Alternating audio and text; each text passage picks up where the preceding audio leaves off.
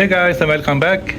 Today we are replacing the front wiper blades on this 2015 Ford Focus.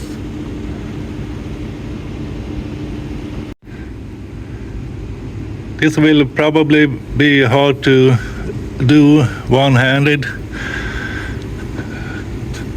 because I don't have the stand with me. You see this tab, you press this in and at the same time slide the blade up like so.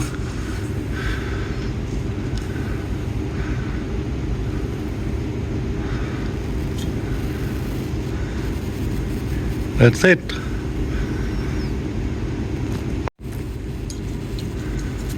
Now to reinstall it, just snap it into place. That's it. Easy peasy.